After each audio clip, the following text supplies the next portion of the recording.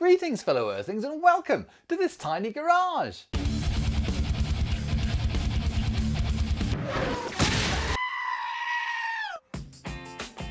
Here's a little up close on our Rauch Spiegel Coolant water pipe. It is a beautiful device made from solid aluminum, even comes with a new stainless steel bolt for attachment. Here's the old one. Problem with it is it becomes brittle with age, and if it snaps, it sprays coolant all over your engine bay. Starting off with a 13mm on the air box, and then the 7mm connecting it to the throttle body. And then on the very back there's a little clip for the mass airflow that we have to pull the cable out of. I wasn't sure what to expect here. I was preparing for the worst. Here I'm just undoing the 10mm that attaches the plastic pipe to the power steering bracket. And that makes it much looser. You probably could do it like that. But what I decided to do is I'm just going to take the belt off by loosening the tensioner there. I'm also going to take off this upper idler pulley just to get lots of space. Some white lithium grease there onto the water pipe to help me get it in place quickly in case we have a flood of water or coolant.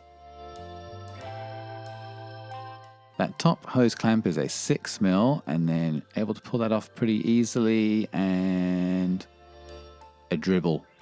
Not really anything too much. I got a little bolt to stick into the top pipe.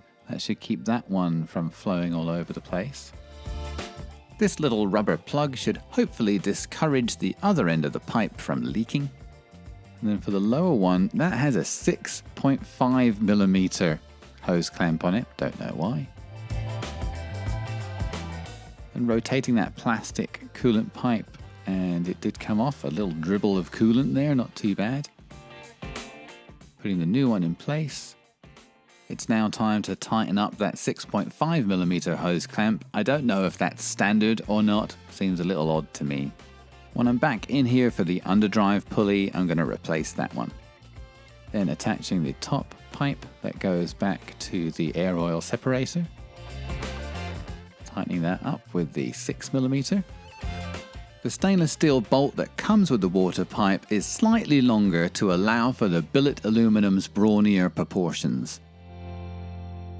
Still a 10mm though, and going to be torquing that to 10 Newton meters. Hold on, what's the dog doing? Oh yeah, subscribe now. Delta says thank you.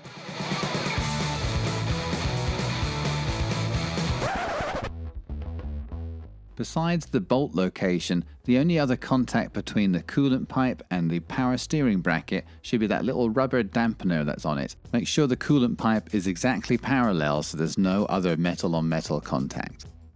And 10 Newton meters on that 10mm. Next up is tightening that 6mm hose clamp. One great thing about this coolant pipe being aluminum is that you don't have to worry about over tightening it and cracking the plastic.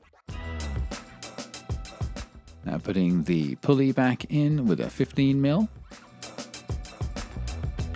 As with most 15mm here, we're torquing that to 45 Newton meters.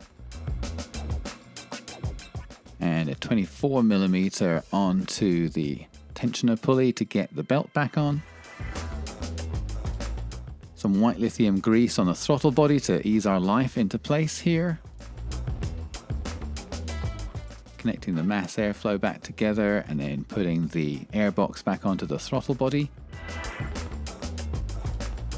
Then just popping that oil filler tube home, and then the 113mm that holds the airbox in place. Tightening up the hose clamp on the throttle body, and that's it. And there it is, looking not very brittle at all. Now that we've got our Rauch Spiegel Billet aluminum coolant connector installed, this engine is a step closer to bulletproof until they find something else that breaks in them. Unfortunately though, that is all we have time for this week. Thank you very much for watching. Till next time.